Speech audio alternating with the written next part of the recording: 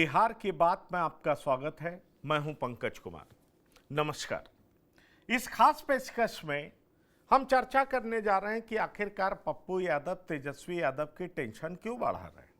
हम बता दें कि कल आरजेडी के प्रवक्ता मृत्युंजय तिवारी ने बहुत ही साफ तौर से कहा कि महागठबंधन के चेहरा तेजस्वी यादव हैं, 2020 की तरह वही सीएम के उम्मीदवार होंगे।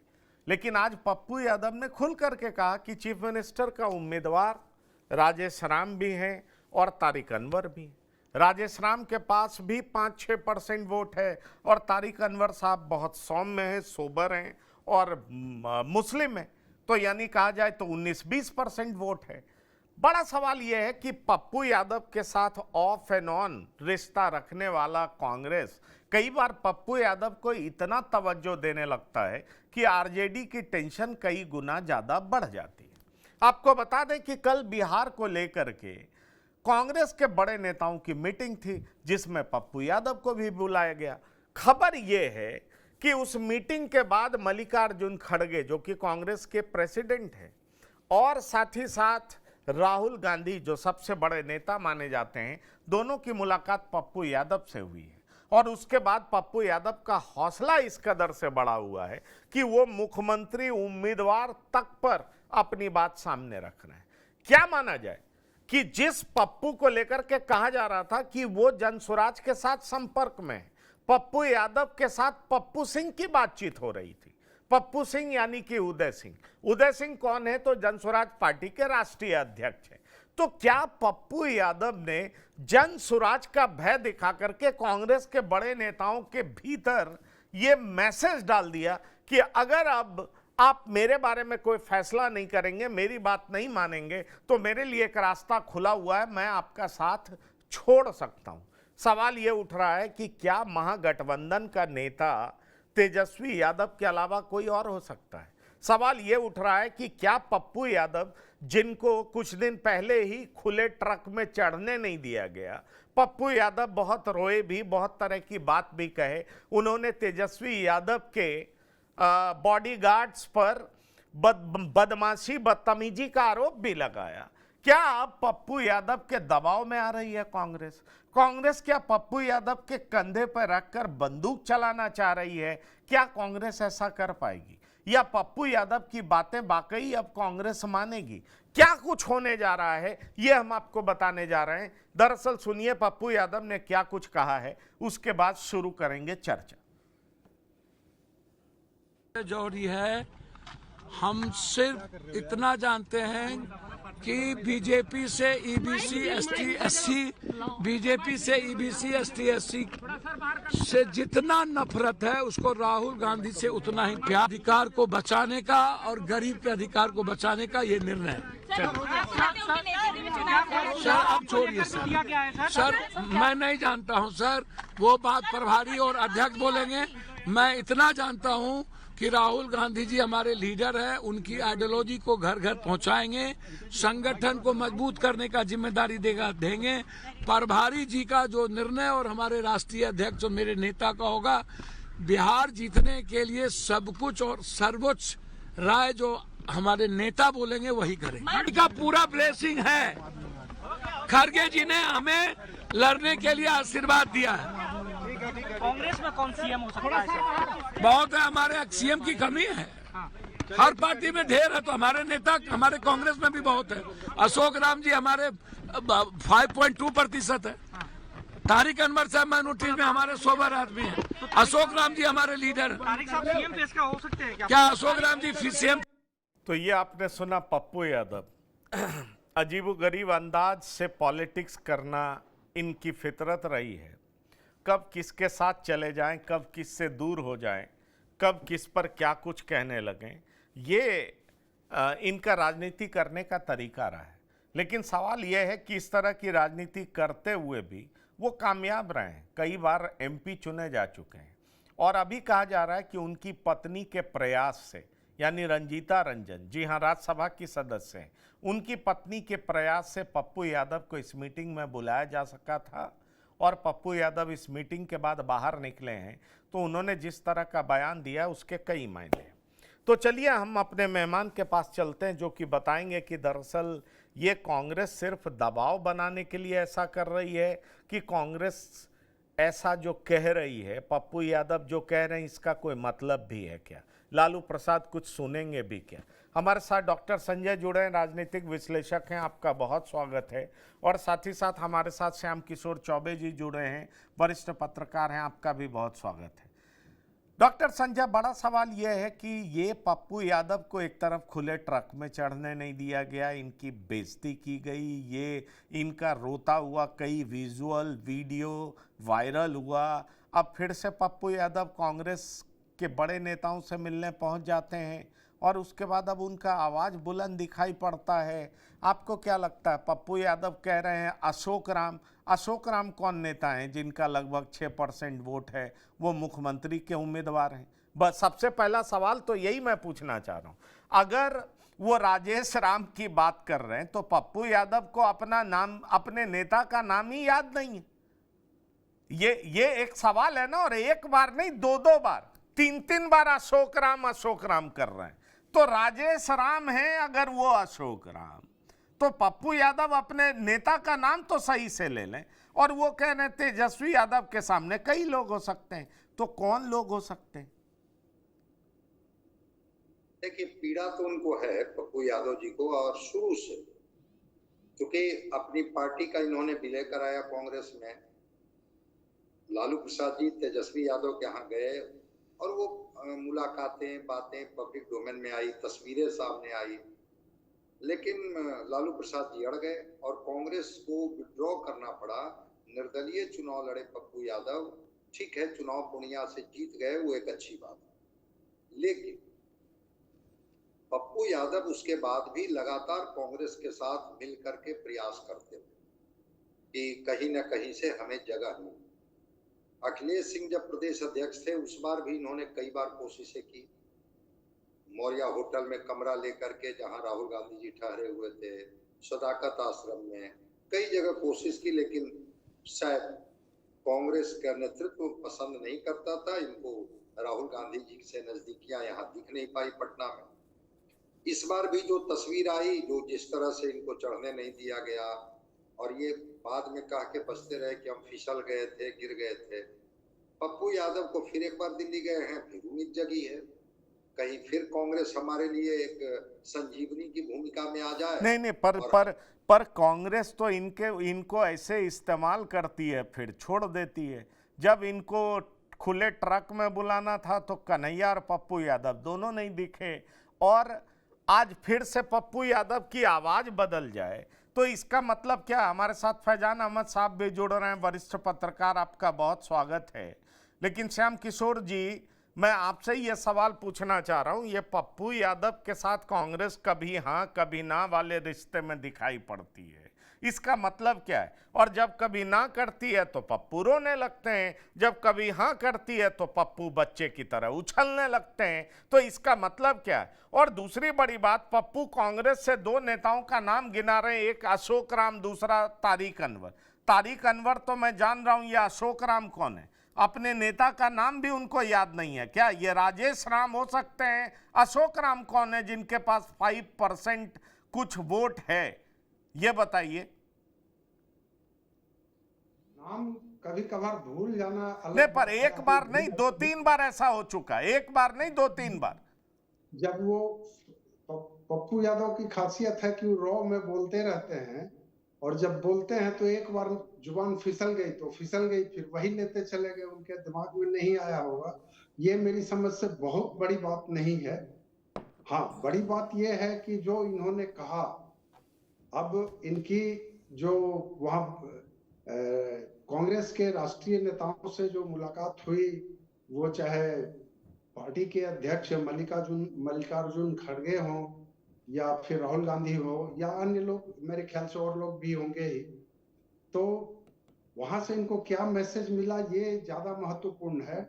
और उस मैसेज को ये किस रूप में दे रहे हैं, ये भी उतना ही महत्वपूर्ण है, इक्वली बराबर है, ये महत्वपूर्ण है। ऐसी स्थिति में क्या वहां से उनको इशारा मिला कि थोड़ा तेजस्वी यादव को छेड़ो, हो सकता है, चूंकि अभी गठबंधन की गांठें पूरी तरह से बंधी नहीं है इन द सेंस कि अभी सीट शेयरिंग की बात हुई नहीं है।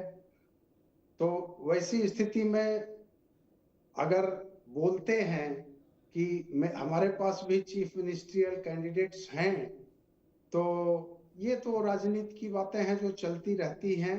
अगर आप सोचेंगे कि देखिए एनडीए में भी जो हालात हैं, कहाँ लोग खुल के बोल रहे हैं कि नीतीश कुमार ही हमारे नेता होंगे। अभी तो सभी लोग उतना बोल नहीं रहे जितने उनके पार्टनर्स हैं।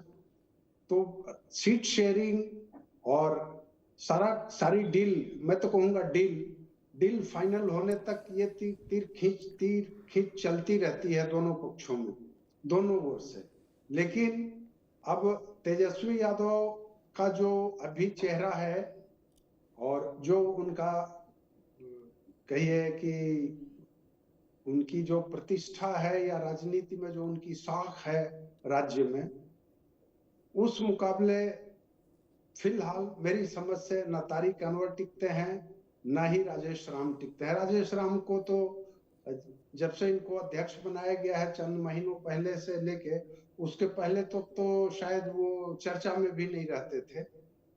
तो ऐसी स्थिति में मुझको जो प्रतीत होता है, कांग्रेस के लिए फैक्ट ये है कि महत्वपूर्ण आरजेडी है, महत्वपूर्ण तेजस्वी यादव हैं, अपने जो लीडर्स हैं मसलन पप्पू यादव ही सही, तो वो अगर आप लोकसभा चुनाव में आपने देखा कि पप्पू यादव की एक तरह से कांग्रेस ने बलि चढ़ा ही दी थी। ये तो इनकी शख्सियत थी कि ये जीत गए, जीतने के बाद नहीं, वो सारी बात ठीक है, लेकिन सवाल ये है, देखिए आपने कहा क्या कि नीतीश कुमार को, अभी तो 2 दिन पहले हमारे सत्ता सम्मेलन था टीवी 9 का, वहाँ भी सम्राट चौधरी बोले कि कल भी नीतीश मुख्यमंत्री थे, आगे भी नीतीश मुख्यमंत्री रहेंगे, नीतीश ही हमारे मुख्यमंत्री हैं। चिराग पासवान भी यही बात कहते हैं। एक आध जगह से आवाज़ जरूर आती है कि भाई पार्लियामेंट्री बोर्ड तय करेगा, विधायक तय करेंगे, उसको लेकर के हम जरूर आगे बढ़ने लगते हैं। लेकिन जहाँ तक तेजस्वी यादव का सवाल है, तो कांग्रेस के बड़े नेता कोई भी इस बात को नहीं बोलते कि तेजस्वी यादव ही मुख्यमंत्री का उम्मीदवार है।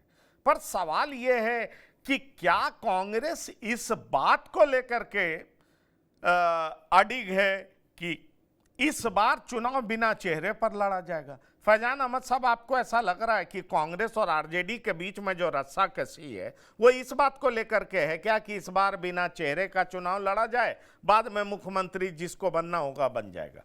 ऐसा लग रहा है आपको? नहीं, मुझे ऐसा नहीं लग रहा है, क्योंकि देखिए कांग्रेस के जो स्थानीय नेता हैं या जो ये लोग भी खुलकर भी और दबी जुबान से भी ये बात कहते आ रहे हैं कि साहब तेजस्वी यादव ही चेहरा होंगे। बहरहाल आरजेडी एक बड़ी पार्टी है बिहार में, कांग्रेस एक छोटी पार्टी है बिहार में, तो उस हैसियत से भी आरजेडी जो कहेगी वो कांग्रेस को मानना पड़ेगा, वो करना पड़ेगा। और देखिए कांग्रेस कितना मान रही है बात आरजेडी की, वो तो आपने देख लिया, जो आप तस्वीर वीडियो दिखा रहे हैं कि पप्पू यादव को चढ़ने नहीं दिया गया उस गाड़ी पर जिसपे तेजस्वी यादव और राहुल गांधी थे। इसी तरह से कन्हैया कुमार को भी चढ़ने नहीं दिया गया, क्योंकि ये दोनों आदमी पसंद नहीं किए जाते हैं आरजेडी सर्किल में, और खासतौर से तेजस्वी यादव के द्वारा। तो इसलिए मैं ये कह सकता हूँ कि कांग्रेस वही कहेगी, वही करेगी जो आरजेडी चाहेगी या जो आरजेडी का कहना होगा या उसकी जो राय होगी। तो मुझे लगता है कि बिना फेस के इलेक्शन में इंडिया अलायंस नहीं जा रहा है, उसमें फेस ले बहरहाल तेजस्वी यादव ही होंगे। अभी आपने एक बात कही कि पप्पू यादव के बारे में कि कांग्रेस पार्टी में, कांग्रेस की मीटिंग में जो उनको बुलाया गया तो बच्चों की तरह उछल रहे हैं। पंकज जी, मैंने पप्पू यादव को लालू जी के सामने भी बच्चों की तरह उछलते हुए देखा है। कम से कम हो गई 30 साल पुरानी बात हो गई, लेकिन मैंने उस समय भी उनको बच्चों की तरह उछलते हुए देखा था। तो ये उनकी आदत हो सकती है कि भाई ये इतना इमोशनल हो जाते हैं कि अगर उनको थोड़ा सा मान सम्मान मिल गया या उनको कहीं बुलावा आ गया तो बहुत खुश हो गया, एक्साइटेड हो जाते हैं। तो ऐसी हालत में अगर कांग्रेस ने उनको बुलाया, मीटिंग में बुलाया, मुझे लगता है इसकी एक कारण जो मुझे समझ में आ रहा है, ये पटना का जो इंसिडेंट हुआ, गाड़ी पर नहीं चढ़ने दिया गया, उसकी इतनी ज्यादा पब्लिसिटी हुई कि कांग्रेस को शायद कुछ ये फील हुआ होगा कि इतनी ज्यादा इसकी पब्लिसिटी नहीं होनी चाहिए था, कुछ गलती हो गई, तो शायद उस गलती को ही सुधारने के लिए पप्पू यादव को मीटिंग में बुलाया गया। और उसके बाद फिर वो पप्पू यादव जो जैसी कि उनकी आदत है कि बच्चों की तरह उछलते भी हैं, रोते भी हैं और एक्साइटमेंट में बहुत कुछ लंबी लंबी बातें भी करने लगते हैं, तो वही उन्होंने इस बार भी किया है। नहीं, एक्साइटमेंट में लंबी लंबी बातें करने लगते हैं, लेकिन डॉक्टर संजय बात यह है कि अभी कुछ दिन पहले उनकी बात पप्पू सिंह से हो रही थी, उदय सिंह जो कि राष्ट्रीय अध्यक्ष हैं जनसुराज पार्टी के। तो क्या पप्पू यादव ने टेक्टिकली जनसुराज पार्टी के राष्ट्रीय अध्यक्ष से बात करके एक मैसेज दिया कि अगर अब कांग्रेस उनकी मांगों को नहीं मानेगी, उन्हें तवज्जो नहीं देगी, तो जनसुराज एक ऑप्शन है? और कांग्रेस इस बात से दबाव में आ गई और पप्पू को फौरन मीटिंग में बुला लिया गया और पप्पू की बातें सुनी गई और फिर से पप्पू जो है वो हैप्पी घूम रहे हैं सड़कों पर, तेजस्वी यादव के कैंडिडेचर को खारिज कर दे रहे हैं। क्या ऐसा आपको दिखाई पड़ रहा है क्या? क्योंकि हम बताएं, हमारी टीम ने बात की पप्पू सिंह से, उदय सिंह से, तो उन्होंने कहा कि हाँ हमारी बात हुई है, उनके साथ गलत हुआ है, हम उनकी जगह होते तो छोड़ देते। और आपने देखा कन्हैया कुमार को लेकर के भी किस तरीके से प्रशांत किशोर ने आवाज उठाई। तो सवाल ये उठता है कि जनसुराज का भय दिखा करके पप्पू यादव कांग्रेस से जो खींचना चाहते थे, जो लेना चाहते थे, क्या उन्होंने कांग्रेस को उन सारी बातों के लिए तैयार कर दिया है? ऐसा आपको दिखाई पड़ रहा है क्या? कांग्रेस इनको बुला करके बात कर ली, कांग्रेस ने इनको सहमति दे दी, वो एक पार्ट है। लेकिन मुझे ऐसा नहीं लगता है कि कांग्रेस इनकी बात मान लेगी। और तेजस्वी जी या लालू प्रसाद जी जो एक बड़ा अलायंस है, कांग्रेस अब बिना उनकी इच्छा से पप्पू यादव के बारे में कुछ निर्णय लेना तय कर देगी या सोचना देगी। बिल्कुल जनसुराज का भय दिखा सकते हैं, पप्पू यादव ये सब करते हैं, खूब करते हैं। कब सुबह में क्या बोलेंगे, दोपहर में क्या बोलेंगे, शाम में क्या बोलेंगे, स्टैंड इनके बदलते रहते। तो जब जनसुराज के बारे में इन्होंने कहा, पप्पू सिंह के बारे में कहा कि चांद पर शक किया जा सकता है, पप्पू सिंह पर शक नहीं किया जा सकता है, और उधर से भी प्रेम दिखाया गया, तो लगा कि हाँ जनसुराज कहीं ना कहीं पप्पू यादव को स्पेस देने की बात कर रहा है। लेकिन दूसरी तरफ कांग्रेस तो इनको बुलाया था, अहमदाबाद के अधिवेशन में भी कांग्रेस ने बुलाया। पटना में क्यों पप्पू यादव से दूरी बना लेती है कांग्रेस? क्या कांग्रेस के जो बड़े नेता हैं, छोटे नेता हैं, वो सब भूल जाते हैं? मदन मोहन झा चढ़ रहे थे, राजेश राम चढ़ रहे थे, पप्पू यादव को रोक दिया गया, कन्हैया जी को रोक दिया गया। तो कांग्रेस कितना निर्णय ले पाएगी? दिल्ली में बुला के बैठक कर ले, बात कर ले, पप्पू यादव गदगद हो जाए, राजेश राम को मुख्यमंत्री बना दें, वो सारी चीजें मैं मानता हूं कि हो सकता है। लेकिन आरजेडी और कांग्रेस को जब दो को चुनना होगा, कांग्रेस को पप्पू यादव और आरजेडी में चुनना होगा, वहां पर तो आरजेडी ही भारी पड़ेगी। आरजेडी ही निर्णय लेगी कि हमें क्या करनी है, कैसे करनी है, किनको जोड़ना है। जब आरजेडी के कहने पर पप्पू यादव को कांग्रेस लोकसभा का उम्मीदवार बनाने के लिए पप्पू यादव को पूर्णिया से तैयार नहीं हुई, मुझे नहीं लगता है कि पप्पू यादव के इतने प्रभाव में कांग्रेस आ जाएगी कि कहीं ये जनसुराजी न बन जाए। पप्पू यादव को अपने खेमे में रखना है, संतुष्ट करके रखना है। कांग्रेस पप्पू यादव के मन को टटोली होगी, पप्पू यादव को कहा होगा कि हाँ ठीक है, आप के लिए हम लोग अब इस बार अड़ेंगे, लड़ेंगे, क्यों नहीं, हमें नहीं जानकारी थी कि आप इस तरह से फिसल गए, गिर गए। लेकिन आरजेडी क्या तैयार हो जाएगी इसके लिए? और आरजेडी तैयार, चूंकि किसी भी कीमत पर आरजेडी, चाहे वो लालू प्रसाद हो या तेजस्वी जी, पप्पू यादव को गठबंधन का हिस्सा नहीं बनने देंगे।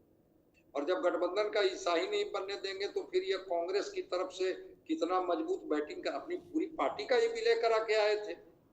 जब ये लोकसभा से निर्दलीय चुनाव लड़े थे तो पूरी पार्टी का विलय करा करके पप्पू यादव आए थे। और उसके बाद भी कांग्रेस हिम्मत नहीं जुटा पाई कि आरजेडी नाराज हो जाएगी और पप्पू यादव को निर्दलीय लड़ना पड़ा। इस बार भी आरजेडी को कांग्रेस कितना दबाव में ला पाती है तो वक्त बताएगा। क्योंकि तेजस्वी तो कल बोल रहे थे पटना में कि मैं ही मुख्यमंत्री बनूंगा, अब तो खुद बोलने लगे हैं।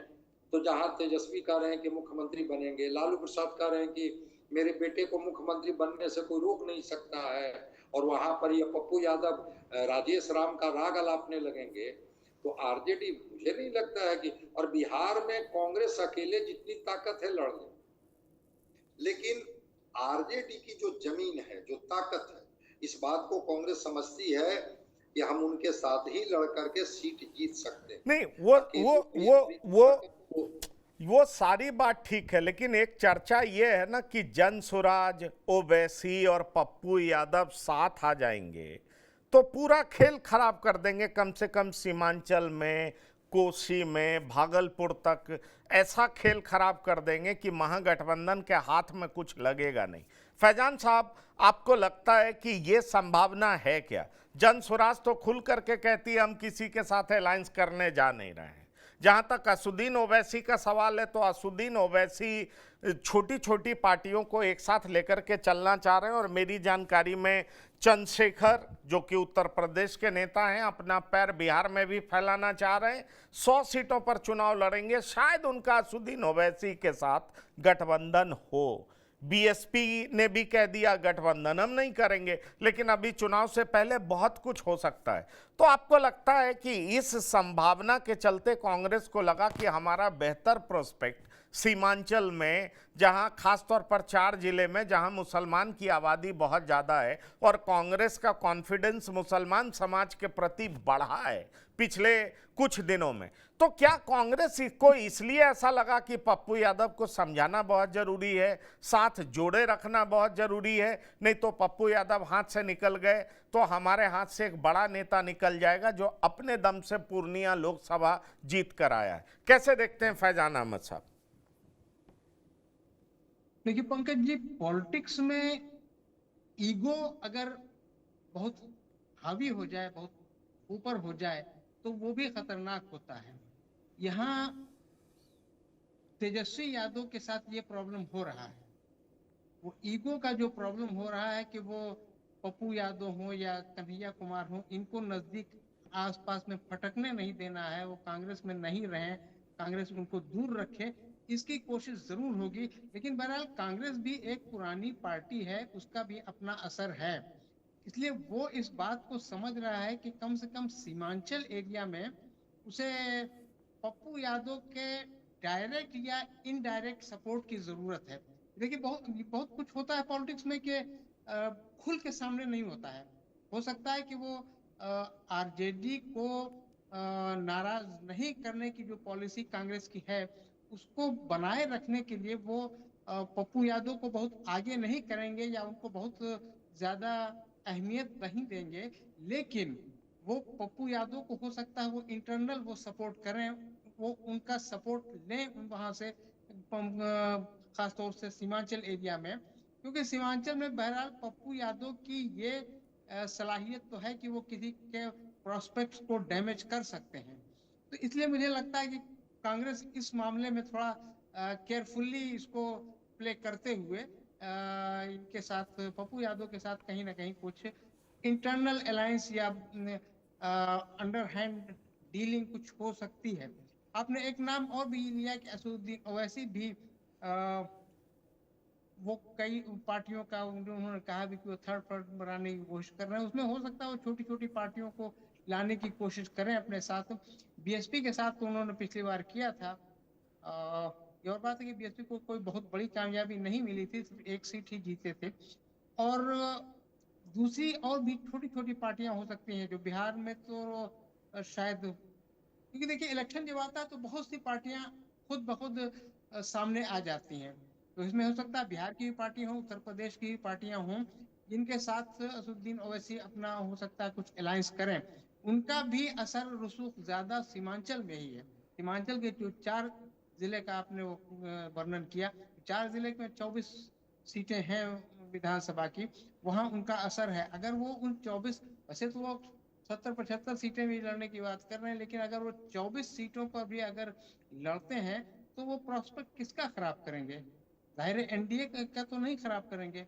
अगर प्रॉस्पेक्ट खराब होता है तो वो इंडिया अलायंस का ही होता है, जिसमें लेफ्ट पार्टीज तो नहीं लेकिन आरजेडी और कांग्रेस ही ज्यादा अफेक्टेड हो सकते हैं।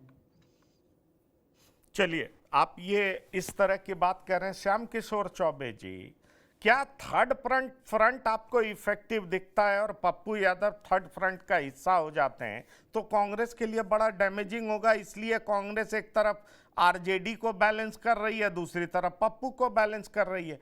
पप्पू का तो पता ही नहीं चलता कि वो कांग्रेस में है कि जैप में है। जैप का विलय हो चुका है, लड़े वो इंडिपेंडेंट हैं, अपना नेता राहुल गांधी को बताते हैं। पप्पू हैं किधर, इसको लेकर के हमेशा भ्रांतियां रहती। क्या आपको लगता है कांग्रेस क्लियर कट फैसला नहीं ले पा रही है पप्पू को लेकर के? जब जाने लगते हैं तो पप्पू के लिए प्यार उमड़ने लगता है कांग्रेस का, और जब पप्पू आने लगते हैं तो कांग्रेस दूर भागने लगती है। ये चल क्या रहा है? देखिए, पप्पू यादव बहुत सीजन लीडर हैं और मेरे ख्याल से जिस थर्ड फ्रंट का आपने जिक्र किया, खासकर ओवैसी जी का, और कि वो छोटे छोटे दलों को मिला के लड़ेंगे, तो ओवैसी को तो अब कहिए कि पूरे राष्ट्रीय स्तर पर यह हो गया है कि वो बीजेपी के लिए प्ले करते हैं। वो खासकर इंडिया ब्लॉक को नुकसान ही पहुंचाते हैं, बीजेपी को तो नुकसान कभी पहुंचाते नहीं हैं। ऐसी स्थिति में मेरे ख्याल से पप्पू यादव उधर नहीं जाएंगे, रहेंगे इधर ही। हाँ, थोड़ी बहुत खींचतान चलेगी, और जो इनका नेचर है, जैसा कि डॉक्टर साहब ने कहा भी कि ये मतलब क्षणे रुष्टा क्षणे तुष्टा वाली स्थिति में रहते हैं, तो वो हो सकता है। लेकिन लोकसभा चुनाव में जिस प्रकार पप्पू यादव को एक तरह से खो दिया था आरजेडी के दबाव में कांग्रेस ने, इस बार मेरी उम्मीद है कि इनको समेटे हुए चलेगी, आरजेडी को मनाते हुए चलेगी। कन्हैया कुमार की तो एक तरह से आरजेडी की ओर से कन्हैया कुमार को, जो मैं समझ रहा हूं कि हरी झंडी मिल गई है। कन्हैया कुमार को भी लोकसभा चुनाव में दिल्ली जाना पड़ा था बिहार छोड़कर। इस बार मुझको लगता है कि उनकी स्वीकृति हो गई है, और पप्पू यादव के लिए भी मैदान तो है, ऐसा नहीं है कि नहीं है। लेकिन जहां तक लालू प्रसाद और तेजस्वी यादव की बात है कि वो इनको शायद बहुत नहीं चाहते हैं, इनको अपने प्रतिद्वंद्वी के रूप में देखते हैं, ऐसी स्थिति में कांग्रेस सामंजस्य बैठाएगी। और अभी काफी टाइम है, हमको नहीं लगता है कि अभी कोई मेजर डिसीजन हो जाएगा। अभी कहीं भी किसी भी दल में मेजर डिसीजन होने का टाइम नहीं है। अभी तो केवल जो कहते हैं ना कि वो जो लाठी भांज का खेल होता है, उसके पहले गदका, जिसको हम लोगों के यहाँ बोलते हैं, कि उसके पहले मैदान के चारों दो तरफ दो लोग अपने आप भी लाठी खेलते रहते हैं, बाद में एक दूसरे से टकराते हैं। तो अभी तो गदका का आरंभिक चरण चल रहा है। ऐसे में ये बहुत सीरियस बात नहीं है मेरी समझ से। ये चलेगा अभी, नहीं, कुछ दिन चलेगा, कुछ दिन चलेगा। आप ये बात कह रहे हैं, पर क्या डॉक्टर संजय आप ऐसा मानते हैं क्या बिना चेहरा का महागठबंधन उतरे तो उसको ज्यादा फायदा होगा? फायदा तो होता ही है, क्योंकि बिना चेहरा के लेफ्ट की पार्टियां लड़ रही है, कांग्रेस लड़ रही है, मुकेश सहनी जी लड़ रहे हैं और आरजेडी लड़ रही है, तो चेहरा तो आप तय कर ही लीजिएगा ना, जो सबसे बड़ी पार्टी के रूप में उभर करके आएंगे। स्वाभाविक है कि उन्हीं का जो चेहरा होगा उसी की स्वीकृति होगी। ये तो वेल एस्टेब्लिश्ड फैक्ट है। तो जब ये चीजें एस्टेब्लिश्ड है तो आप चेहरा तय करके उतरिए, बिना चेहरा तय किए उतरिए। लेकिन जब तेजस्वी जी खुद बोल रहे हैं, लालू प्रसाद जी खुद बोल रहे हैं, मैं समझता हूं कि कांग्रेस और लेफ्ट की पार्टियों से भी ये बुलवाएंगे कि नहीं, चेहरा की भी बात तय हो जाए। सीट का तो हम लोग शेयर कर ही लेंगे, चेहरा भी आप पहले ही तय कर लें। और अगर चेहरा नहीं तय करेंगे तो फिर ठीक है, फिर हम अपने तरीके से सोचेंगे। तो वो सब अभी पोस्टरिंग पोजिशनिंग चलेगी, और उस पोस्टरिंग पोजिशनिंग में अंत में कांग्रेस दबी जुबान से सही तो बोलना शुरू कर दिया है ना भाई कि हाँ हाँ तेजस्वी जी ही गठबंधन के नेता होंगे। जो अभी बिहार में कोऑर्डिनेशन कमेटी बनी है उसके चेयरमैन तो तेजस्वी जी ही हैं। लेफ्ट की पार्टियों को कभी कोई ऐतराज ही नहीं रहा है कि नहीं ठीक है तेजस्वी जी ही रहेंगे। तो फायदा नुकसान से ज्यादा यहाँ दबाव है। क्या आरजेडी बिना चेहरा डिक्लेयर किए हुए मान जाएगी? अगर नहीं मानेगी तो फिर इस गठबंधन के साथियों को तो मानना पड़ेगा कि ठीक है चेहरा तेजस्वी ही होंगे। कन्हैया कुमार जब अब बोलना शुरू कर दिए हैं, जो कन्हैया कुमार चुप रहते थे, कन्हैया कुमार को पता है कि बिना लालू और तेजस्वी जी के खुश किए हुए हमें बिहार में टिकट की कोई संभावना नहीं बनती है, तो बाकी लोगों का बोलने का क्या मतलब है। और बिल्कुल समझाया भी जाएगा, मिलाया भी जाएगा, बताया भी जाएगा, सारी कोशिश कांग्रेस करेगी कि पप्पू यादव को भी अपने पाले में रखें और आरजेडी को भी नाराज ना होने दें। ये नहीं। दोनों प्रयोग चलेगा। वो दोनों प्रयोग चलेंगे, वो बात ठीक है, लेकिन एक बात बताइए, पप्पू यादव कहते कहते ये कह गए फैजान अहमद साहब कि मुझे आशीर्वाद मिल गया है, कहा गया लड़िए, तो क्या पप्पू यादव किस तरीके से लड़ेंगे? अपने पार्टी के लोगों को उतारेंगे या कांग्रेस से उनके लोगों को टिकट मिल जाएगा? क्योंकि पप्पू यादव खुद तो एमपी हैं, क्या वो चुनाव लड़ने मैदान में उतरेंगे क्या? क्योंकि आपने सुना होगा पप्पू यादव ने जो बाइट दी है, अंत में उन्होंने ये कहा कि हमें मल्लिकार्जुन खड़गे का आशीर्वाद मिल गया है, बड़े नेताओं का आशीर्वाद मिल गया है, हम door to door Rahul Gandhi के विचार को प्रचारित करेंगे, प्रसारित करेंगे, लोगों तक पहुंचाएंगे। पर सवाल ये उठता है, लड़ने का आशीर्वाद मिल गया है, इसका मतलब आप क्या निकालते हैं? खुद तो नहीं लड़ेंगे, वो एमपी हैं तो वो एमपी ही रहेंगे, वो खुद तो नहीं लड़ेंगे। लेकिन मुझे लगता है कि ये लड़ने की जो बात उन्होंने कही है उसका मतलब ये है कि हमारे लोगों को भी टिकट मिला दिया जाए जो इलेक्शन लड़े। यानी हमारे सपोर्टर में यानी कांग्रेस से वो डिमांड कर रहे हैं कि हमारे लोगों को भी टिकट दिया जाए ताकि वो इलेक्शन लड़े। उस इलेक्शन लड़ने का मतलब वो ये निकाल रहे हैं कि हम लड़ेंगे। तो हम लड़ने का मतलब यहाँ है कि वो जो उनकी जो पुरानी पार्टी थी उसके कुछ लोग होंगे, उनके जो खास लोग होंगे, उनको वो टिकट दिलाने की कोशिश करेंगे। मुझे लगता है कि कांग्रेस अभी ये कहना तो बड़ा मुश्किल है कि कांग्रेस कितनी सीटें उन्हें दे सकती है, क्योंकि अभी तो यही तय नहीं हुआ कि कांग्रेस को कितनी सीटें मिलेगी। जब यही तय नहीं है कि कांग्रेस को कितनी सीटें मिलेगी तो कांग्रेस किसी दूसरे को सीट कैसे दे सकता है? कोई कांग्रेस इंडिपेंडेंट तो लड़ नहीं रहा है यहाँ पर। 243 सीट पे हम लड़ रहे हैं तो हमको भी, पप्पू यादव को भी 10 सीट दे दें, ऐसा हो नहीं सकता है। अगर कांग्रेस को सीटें मिली वो अपने पास से देना चाहे तो वो भी शायद मुश्किल, एक ऐसा मुमकिन नहीं लग रहा है, क्योंकि जो खबरें आ रही है, जो कुछ भी शुरू से अभी तक का अंदाजा लग रहा है कि शायद कांग्रेस को जितनी सीटें मिली थी पिछले साल उस पिछले चुनाव में, उससे कम सीटें ही मिली। तो अगर उससे कम सीटें मिलेंगी तो वो पप्पू यादव को कहां से एडजस्ट करेंगे? पप्पू यादव को एडजस्ट करने का मतलब ये है कि वो इंडिया अलायंस में अगर इस तरह का कुछ गठबंधन में बात हो उसमें से दिलाने की कोशिश करें। लेकिन इसकी चांस, इसकी उम्मीद मुझे बहुत कम लग रही है।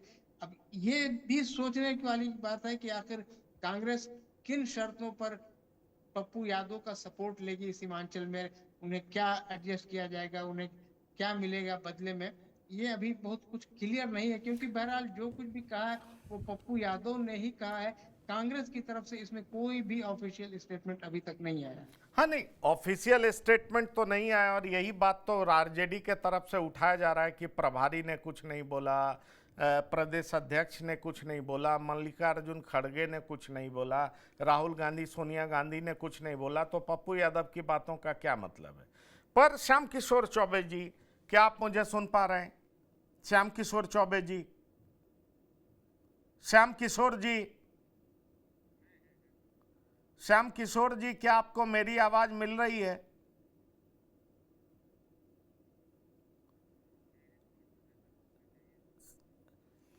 डॉक्टर संजय, लगता है उनसे मेरी आवाज, उन तक मेरी आवाज पहुंच नहीं पा रही है। और यही बात मैं आपसे भी पूछना चाहूंगा कि पप्पू यादव को कैसे कांग्रेस एडजस्ट करेगी? अगर जहां तक चर्चा है, मेरी जानकारी में 45 सीट कांग्रेस को मिल रहा है, और 45 सीटों में कांग्रेस कैसे पप्पू को एडजस्ट करेगी, अकोमोडेट करेगी? आपको कैसे दिखाई पड़ता है? को सवाल तो है कि जो कांग्रेस के जो ट्रेडिशनल या जो युवा चेहरा, पुराने चेहरा, जिस राजेश राम को मुख्यमंत्री बनाने की बात कर रहे हैं, दलित चेहरा, अति पिछड़ा जिसको लेकर के राहुल गांधी जी माइनॉरिटी, अगर सबको क्लब कर दिया जाए तो अगर थोड़ा थोड़ा भी रिप्रेजेंटेशन कांग्रेस देगी तो हम समझते हैं कि पप्पू यादव के हिस्से में बहुत कुछ सीटें तो नहीं आ सकती है। लेकिन हाँ, चूंकि पूर्णिया लोकसभा के सांसद हैं, सीमांचल को जरूर ये अपने प्रभाव से कहीं ना कहीं से प्रभावित करते हैं। कोसी के इलाके में भी पप्पू यादव का एक अपना प्रभाव है, तो उम्मीदवार हो सकता है कि पप्पू यादव के हों और कहें कि भाई पार्टी तो कांग्रेस ही होगी ना, उम्मीदवार तो कांग्रेस की ही होगी, लेकिन इनको आप उम्मीदवार बनाइए। अब इसको लेकर के कांग्रेस अगर 2-4-5 उम्मीदवारों पर तैयार हो जाती है तो हो सकता है कि पप्पू यादव को एकोमोडेट करने जैसी बात दिखेगी कि हाँ, ये व्यक्ति थे तो पप्पू यादव के साथ, पप्पू यादव ने चाहा तभी कांग्रेस के ये उम्मीदवार बन पाए हैं, लेकिन उम्मीदवार तो वो कांग्रेस के ही होंगे। पप्पू यादव तो चाह करके भी कांग्रेसी अभी नहीं बन सकते हैं, लेकिन जो इनके लोग हैं उनको कांग्रेस से लड़ने में, कांग्रेस का टिकट लेकर के वहां से जीतने में कोई तो दिक्कत है नहीं। तो पप्पू यादव शायद इस तरह की ही बात कर रहे होंगे कि कहा गया होगा कि हाँ, आपके लोगों को भी एडजस्ट किया जाएगा, आपके लोगों को भी लड़ाया जाएगा, क्योंकि पप्पू यादव इस मामला में बड़े महत्वाकांक्षी और कांग्रेस को कोशिश किए होंगे कि कहीं ना कहीं से हम समझाएं। बिल्कुल आप सही कह रहे हैं कि 45 सीटों में पप्पू यादव के हिस्से में कितनी सीटें आ पाएगी या इनके कितने लोग लड़ पाएंगे, ये कांग्रेस के लिए तो एक चैलेंजिंग टास्क होगा। पहले ही से 243 का वो ब्यौरा मंगा करके और सबसे एक एक विधानसभा से 3-3 उम्मीदवार का लिस्ट बना के रखे हुए हैं और इसको लेकर के ही थोड़ा कांग्रेस में गति भी दिखी थी। उस स्थिति में पप्पू यादव को एकोमोडेट करना चुनौती तो होगी कांग्रेस को, लेकिन कुछ सीटें तो पप्पू यादव को दी ही जाएगी, क्योंकि एक इनके स्टार कैंपेनर के तौर पर होंगे पप्पू यादव। अगर कांग्रेस में ये टिके रह गए तो, अगर नहीं टिके कहीं और चले गए, किसी और फ्रंट के साथ ही खड़े हो गए, तब तो अलग बात है। लेकिन कांग्रेस के साथ होंगे तो कांग्रेस की भी मजबूरी होगी कि पप्पू यादव का जब कांग्रेस इस्तेमाल करेगी सीमांचल में, कोसी में, भागलपुर में, या पप्पू यादव का एक्सेप्टेंस है पूरे बिहार में एक नेता के रूप में, तो पप्पू यादव की पहचान है। उस स्थिति में पप्पू यादव को कुछ सीटें दे करके इनको एकोमोडेट करने की कोशिश की जाएगी।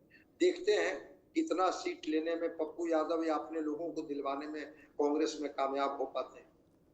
नहीं, ठीक है, वो कितना लेने में कामयाब हो पाते हैं। वैसे आपको बता दें कि अब कांग्रेस को लेकर के आरजेडी पहले से ही बहुत ज़्यादा अलर्ट मोड में है। तेजस्वी को सीएम बनाना है, इसको लेकर के आरजेडी बहुत ज़्यादा चिंतन कर रही है। उसमें कांग्रेस को कितनी सीटें देगी वो पहले से ही डाउटफुल है।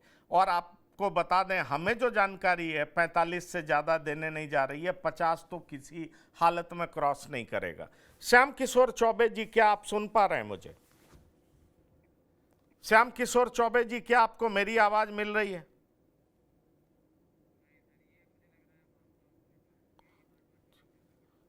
चलिए, अगर इस तरह की बात है तो निश्चित तौर पर ये परेशान करने वाली बात है कि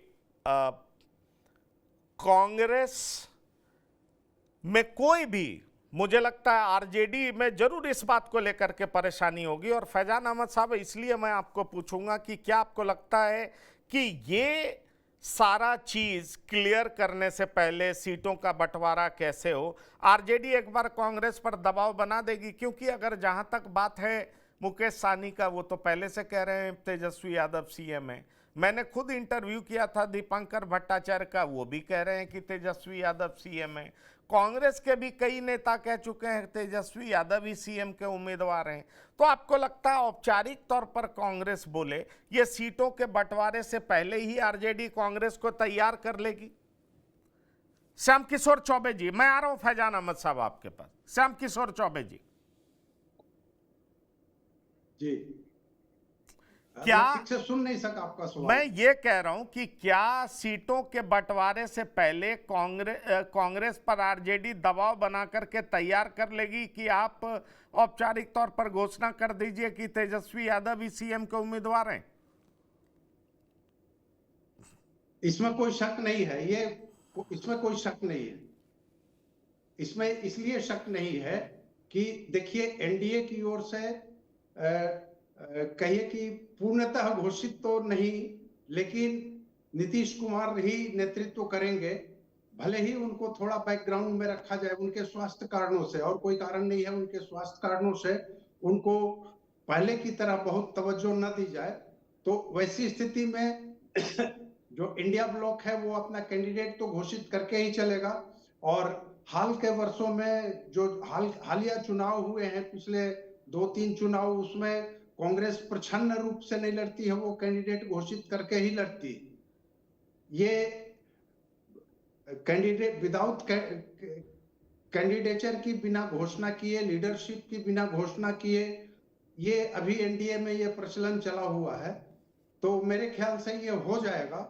हाँ, ठीक है, जो लोग राजनीतिक क्षेत्र में विश्लेषण, राजनीतिक घटनाओं का विश्लेषण करते हैं, वो उनके लिए एक मसाला जरूर है, लेकिन मुझको नहीं लगता है कि बिना कैंडिडेट घोषित किए कांग्रेस चुनाव में जाएगी या आरजेडी कांग्रेस को जाने देगी। अगर कांग्रेस इस बात पे अड़ेगी कि सीएम फेस अभी नहीं घोषित करेंगे, तो मेरे ख्याल से हो सकता है कि दोनों का गठबंधन भी टूट जाए। चलिए, हो सकता है गठबंधन। और मैं यही सवाल फैजान अहमद साहब से भी पूछना चाहूंगा। आरजेडी हर हाल में कांग्रेस को समझा करके मैदान में उतरेगी और कांग्रेस को मानना पड़ेगा। मुझे भी यही लगता है, क्योंकि कांग्रेस में इतनी ताकत नहीं है कि आरजेडी का विरोध करके वो चुनावी मैदान में उतर पाए। राजनीतिक हैसियत तो ऐसा दिखाई पड़ता नहीं है। आप कैसे देखते हैं? मुझे भी यही लगता है, क्योंकि मुझे लगता है कि चुनाव सीटों के जो